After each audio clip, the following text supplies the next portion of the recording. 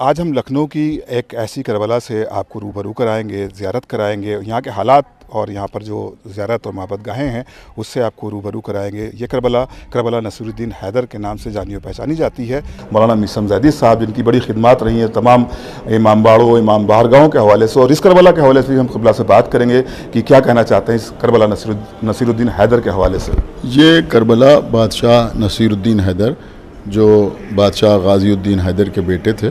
1803 میں ان کی ولادت ہوئی تھی اور 1827 سے 1837 تک وہ اودھ کے بادشاہ رہے، اور ان 10 برسوں میں انہوں نے بڑی خدمات انجام دیں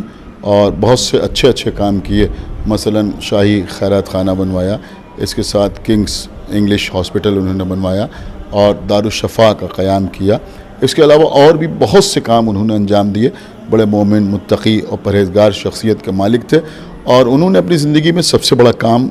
یہ کیا کہ کربلا معلیٰ میں جو امام حسین علیہ السلام کا حرم مطہر ہے، اس کی بالکل، جس کو آج کی زبان میں جگہ ہے ڈٹو کاپی، یہ کربلا تعمیر کرائی، جس کو کربلا نصیر الدین حیدر کہا جاتا ہے۔ ویسے لکھنؤ میں اور بھی بہت سے ایسی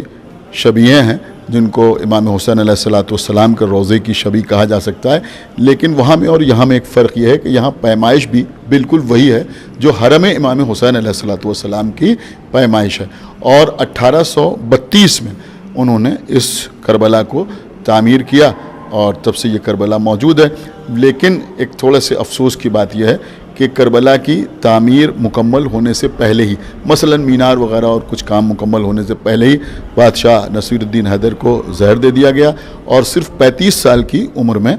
ان کا انتقال ہو گیا۔